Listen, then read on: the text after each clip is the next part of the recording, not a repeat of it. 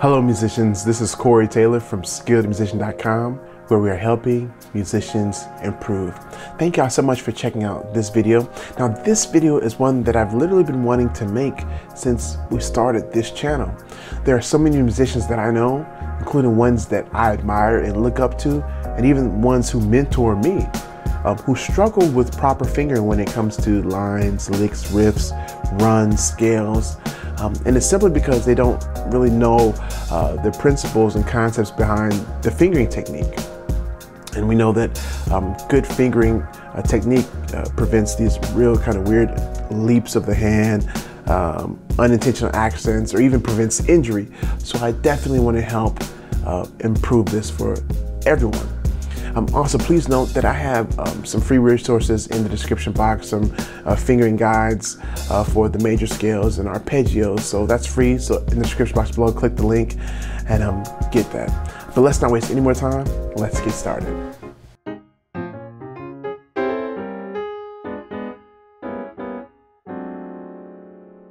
Tip number one, this is music theory, not music truth. So here's what I mean by that. There is no right way per se to finger any line, any riff or run. Now, because it's not a dictatorship where we're dictating to you what you must play and how you must play it. We have general guidelines that we've kind of hammered out over the past few centuries that seem to work pretty well. But this isn't a one-size-fits-all, you must do it this way. I found in my own playing about 90 to 95% of my own runs use these guidelines. And so I want to encourage you in your own playing to first learn these general guidelines and principles and get them under your hands. And then learn the reasons why we break the rules, because we do break them, but there's a specific reason and rationale behind breaking them. All right, so this isn't a license just to play however you want to. Learn the general guidelines because they'll help you tremendously. Tip number two, learn the basic fingering patterns found in your major scales and your major arpeggios. This is critical. The majority of these fingering concepts are worked out in your major scales and arpeggios. Matter of fact, I will reference most of these concepts throughout this video.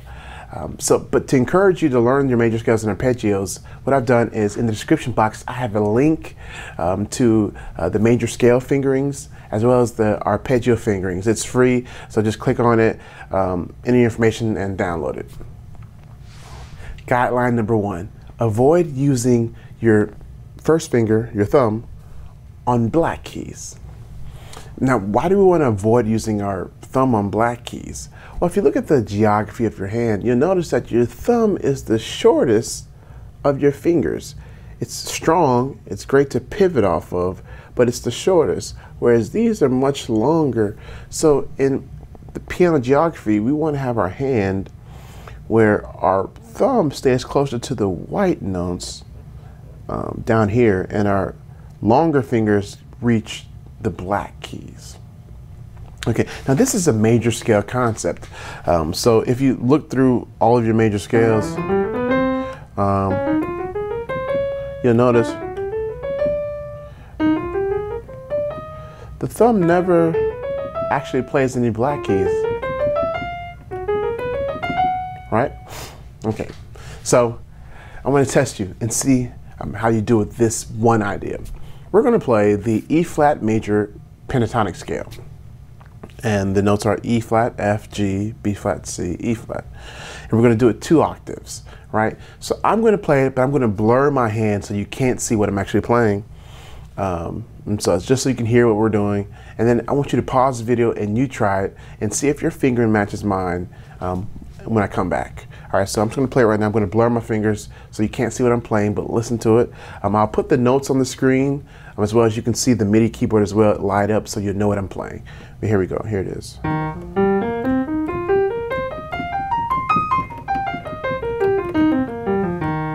Let's try it again.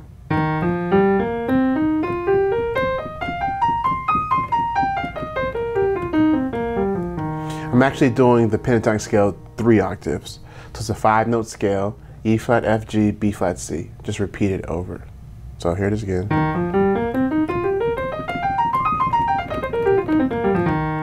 Last time.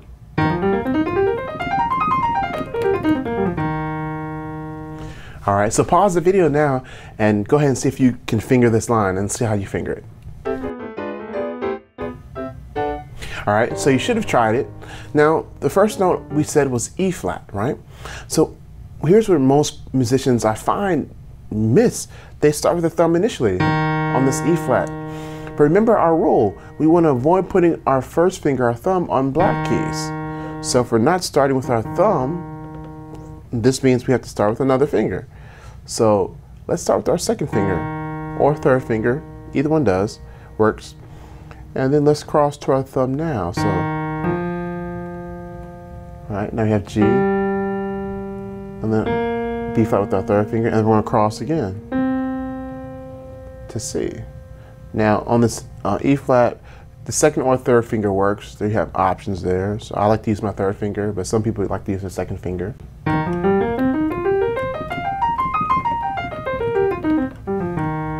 All right. So do you see that? Now it might feel weird at first not starting with your first finger, but after a while it feels natural to the point so you'll reach the point where starting with your thumb feels weird. Now the problem with starting with your thumb is it puts your hand in this weird position where you're kind of hiked up over the keys now trying to play it, and and now you run out of fingers, and now you're trying to do some weird cross. Or if you're not trying to do a cross, I've seen guys kind of, once they get here, just and do the same finger like this. So no. So let's not start with the thumb, start with our second or third finger, and we'll cross.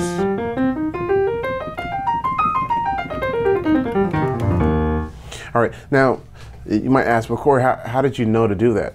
Well, this is a major scale concept. If we look at the E flat major scale, so I'm just kind of following the E flat major scale. I'm skipping the A flat because we're going straight to the B flat. There's a cross there. So if I know the E flat major scale, then the E flat major pentatonic scale falls easily under my hand. Okay? All right. Now, as I've been saying, there are always exceptions to the rule. And here's an exception. I said we don't put our thumb on black keys, so we try to avoid it. But there are times that we have to. It's just not possible not to put our thumb on the black keys. And so here's the guideline. When there are 3 or more black notes, consecutive black notes, then you can use your thumb on the black keys. So for instance, if we were playing the F sharp major pentatonic, you know, it's all black keys. So there are lots of ways to finger this. But the point is you have to use your thumb or you're going to be doing some weird stuff. All right? So now I want to challenge you. Let's try the D flat major pentatonic scale descending. All right? So the notes of the D flat major pentatonic scale descending are D flat, B flat, A flat, F, E flat, D flat. And we're going to descend maybe 3 octaves, okay? So again, I'll put those notes on the screen so you can see them, as well as you'll see the MIDI keyboard light up.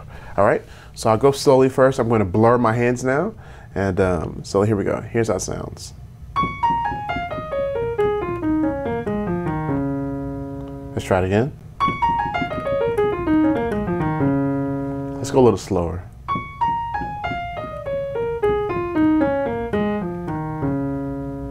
All right, a little quicker. All right, so pause the video now and see if you can't work out the fingering for that line. Let's see, so the notes are, it starts D flat, B flat, A flat. It starts with 3 black keys, and then it goes to F. Now, in figuring out how I want my hand oriented, I know I want my thumb on this F because it's a great pivot point to pivot down, right? And it's the easiest for my thumb to get to this F than any other finger. So this just makes perfect sense to me. Now, I'm crossing over, to my third finger on E flat, and now I have a second finger on D flat. But now I got to get to this B flat. And see, my thumb is already lined up there, so I'm going to go ahead and cross. Now, why can I cross? Because here I have four consecutive black keys. So, right. All right. Does that make sense? So when you have 3 or more consecutive black keys, then the rule changes as far as putting your thumb on the black keys. So here's another little guideline in this section about the thumb going to black keys. Now, if you have to put your thumb on the black keys, do not cross to your thumb from a white key. So we generally want to be on the black keys when we cross to our thumb. All right, so knowing that rule, let's look at the whole tone scale. Now, the C whole tone scale. And so those notes are, I put them on the screen, but the notes are C, D, E, F sharp, G sharp, A sharp. Right? And then it repeats. All right. So pause. Actually, you know what? I will play it first. I'm going to blur my hands, and then I want to see if you can play it. So I'll play it first for you. So just look at the MIDI keyboard that lights up and the notes and play along with me.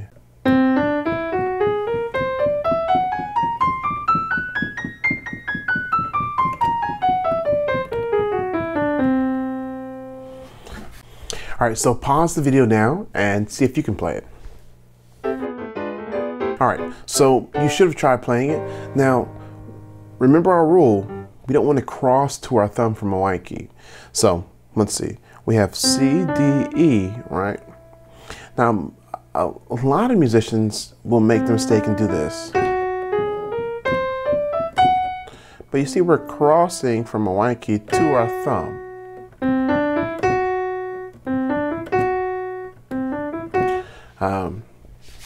Now, I'm not going to say I've never done that, because I definitely have. But let's see if there's a better way we can do this. So if we don't start with our thumb, if we start with our second finger and put our thumb right before the black keys, that allows us to have our thumb here on E and have our longer fingers on the black keys. So let's see. We can start with our second finger, second, third, then thumb.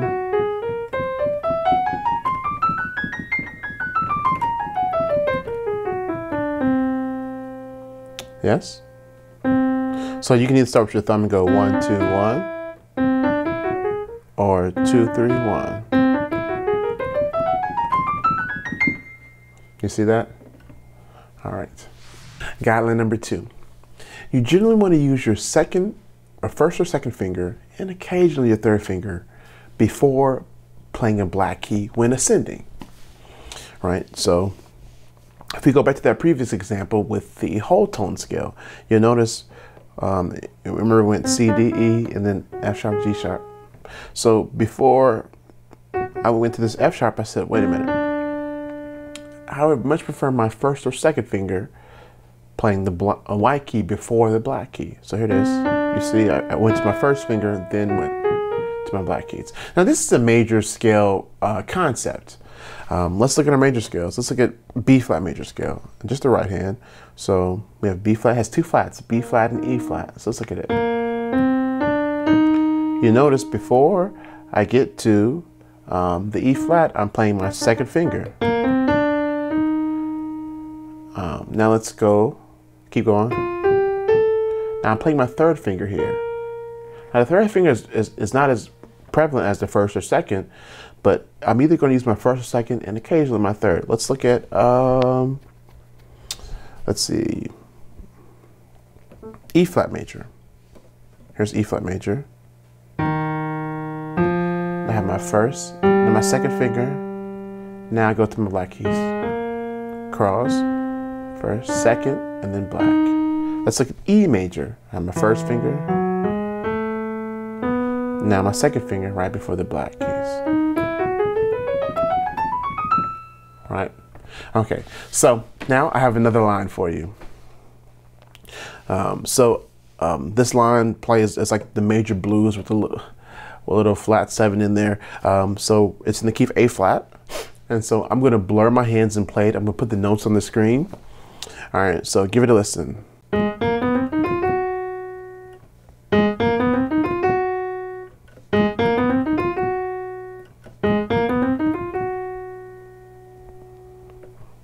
right, so pause the video now and you give it a try. All right, so I wondered, did you first, what finger did you start with? So the first note was A flat. So put A flat, B flat, B, C, E flat, F, G flat, right? So what was your first note? What finger did you start with? Did you start with your thumb? Well, that wouldn't have been technically right because we only have 2 consecutive black keys, right? And so we want to avoid using our thumb on black keys unless we have 3 or more consecutive black keys. So we only have 2 here, so we don't want to start with our thumb. So I'm going to start with my second finger. And remember I said before going to a black key, we generally want to use our first or second finger, occasionally our third finger. So I know the line goes, so here's a black key. So on this C, I'm either going to use my thumb or my second finger. So let's see if we can work that out. I'm going to cross with my thumb, and that works perfect. That's my second finger that takes me into this E flat. Now, I'm going to cross again from my thumb, and here's another black key. You see that? So.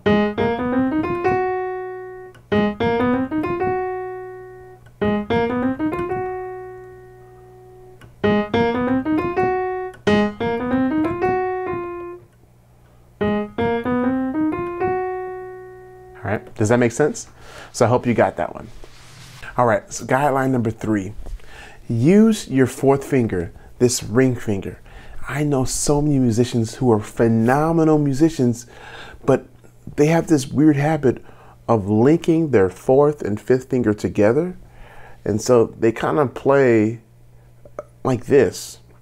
And so anytime their 4th finger plays, their 5th finger plays. So they have their pinky and ring finger on the same note. So when they're doing lines,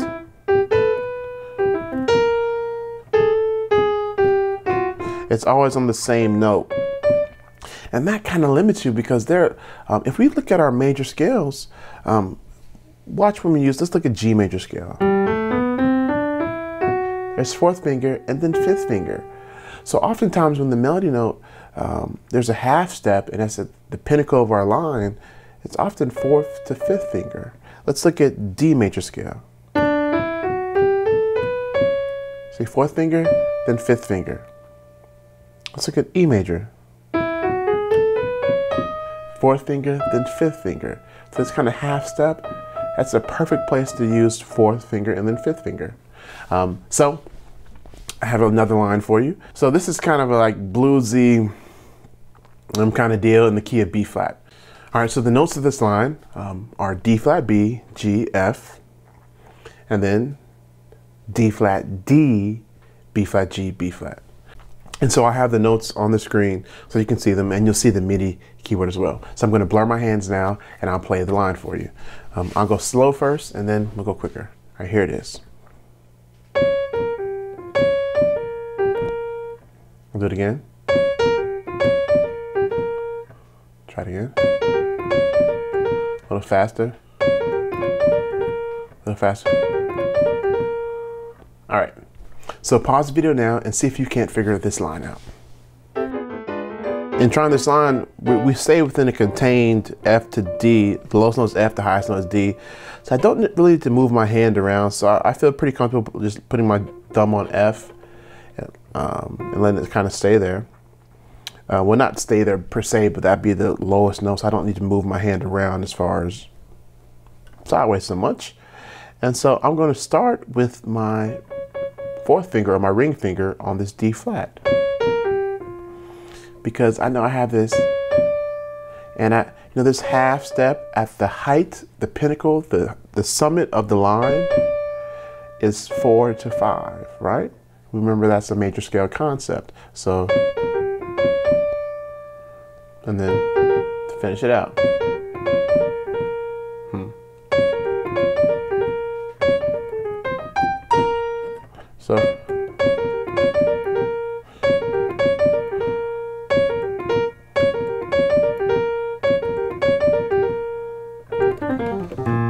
All right. Guideline number 4. The fifth finger is generally used as a starting place, stopping place, or a turning around place. And I know sometimes we have some kind of weird fingering ideas that happen when we try to go further with our pinky. So I've seen guys do stuff like, I don't know, like trying to cross over their pinky. That's not kind of the best route to go. Or trying to finish the line out just using all pinkies. So yeah, that's generally not the best route to go. Okay, so we generally use the pinky as the height. We either start a line with it, right? Or turn around, right? Or just stop a line. Okay, so we're going to do another example. I'm going to put it on the screen now. It's a little more complex, and see if you can get it. I'll go fast and I'll slow it down and speed back up, and see if you can get the fingering principle in this one. Here it is. Try it again. I do it slow.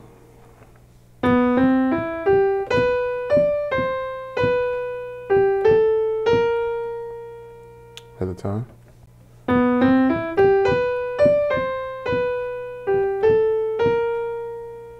All right, one last time. Okay, well, I'll do it one more time quicker.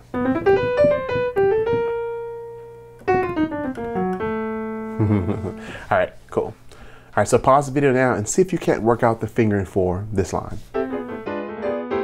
All right, so hopefully you figure this one out. So we have the notes B, C. We have this kind of arpeggio of this kind of a C major 9 chord, right? And then it came down, right?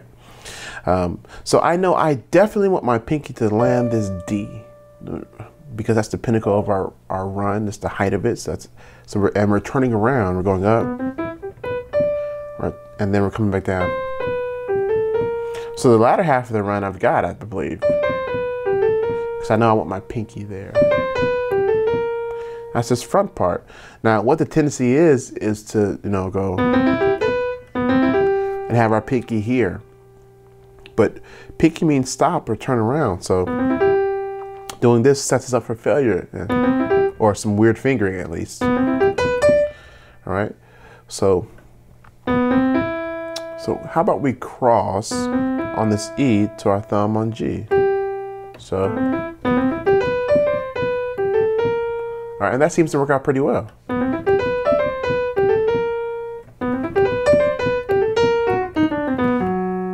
Yep. Yep. Yeah, that works. So does that make sense? So again, we have this idea, but we don't want to play our pinky yet because we're in the middle of the line. So we want to save our pinky for the top. And so the only way to do that is to cross, and we're going to cross to our thumb here, and our line is set. All right, I hope you got that one. Guideline number 5, don't play consecutive notes using the same finger. Now, we break this rule all the time. I just have to admit that. There's something about sliding into a key that just feels good and it sounds good. So for instance, all right. We generally just slide from the E flat or D sharp into the E, right? But the problem is you can't always slide into keys. So here's your next challenge. Let's do the same line a half step higher. So D flat, E, F, A flat, B flat, D flat. All right. So I'm going to play it. I'm going to blur my hands now and see if you can play along with me. or just go straight up.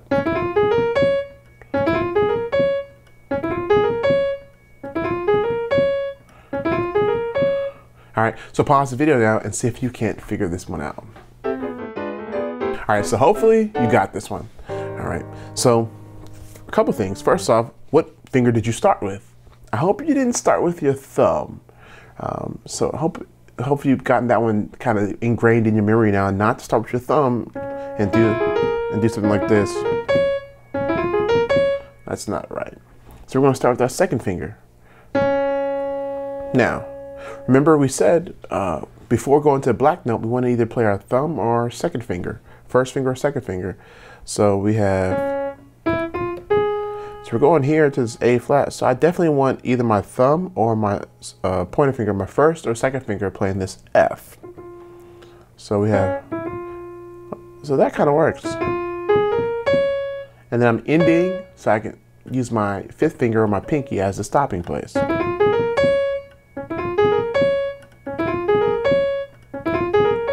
Does that make sense? All right, guideline number 6. Don't become locked into a position. Be flexible. Oftentimes, I'll see musicians get locked into keeping their hand right here, for example, and they'll try to kind of keep anchored here and try to do the lines or runs or whatever they may be. So don't get locked into a position. Be flexible and allow your hand to move. You know, because when we're playing lines, you know, that's the E major pentatonic scale. You got to be flexible, willing to move.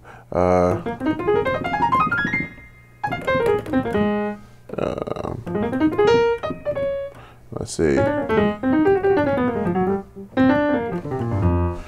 You have to be able to move. All right. So let's try another example. This one is a pretty interesting line. The notes are D sharp, E, G sharp, C, D sharp, E. All right. And so I'll put that on the screen. I'm going to blur my hands now and play it and see if you can play along with me. Here's the line.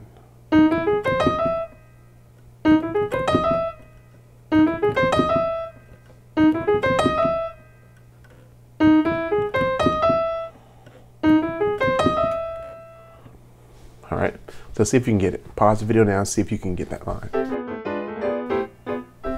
Okay, so let's try it. So we have E flat, E, sorry, D sharp, E, G sharp, C, D sharp, E. So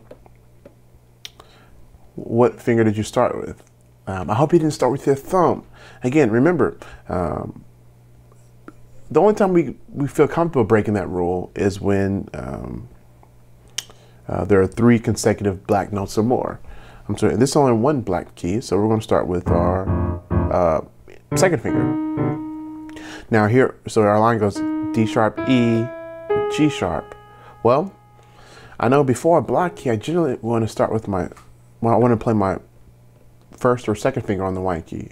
So in this case, it happens to work out. If I start with my second finger, then my first finger comes next. All right, now on this G sharp, you can play either your second or third finger. I generally like to play my third finger on lines like these. And now we have to move to bring our thumb to this C. And then we have our black key, right? So we knew we were going to either play the C with our thumb or second finger for a first or second finger, right? And then we have these 2 notes left.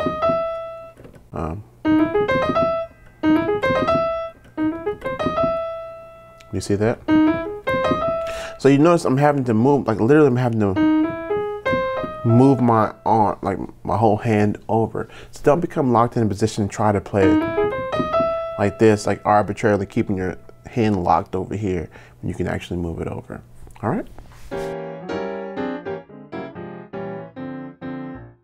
All right, the last tip I want to give today, so this would be tip number 3, is consistency is the key to good fingering. Whenever you have similar lines, you want to generally use similar fingers. or the same line, you want to use the same fingers. And so the fingering that you've worked out, if it's a good fingering, continue to use it. So don't switch up, the first time around you use one finger, then the second time around you use another fingering. So stick with the same fingering. Hello, musicians. So I hope you can see how each concept worked, each principle, and how you can apply it to make your runs feel smoother and quicker without weird leaps of the hand. And so I know it might feel like a lot of things to remember, but remember I would always say master one thing. So maybe start with your major scales and just master those, or arpeggios and master those. And then start getting into these lines and see if you can apply these concepts. Also, don't forget, we have sheet music in the description box, actually fingering guides in the description box for the major scales and arpeggios. So definitely grab those. So again, my name is Corey Taylor from SkilledMusician.com, where we are helping musicians improve. So hopefully this video has helped you improve. So until the next one, be blessed and happy practicing.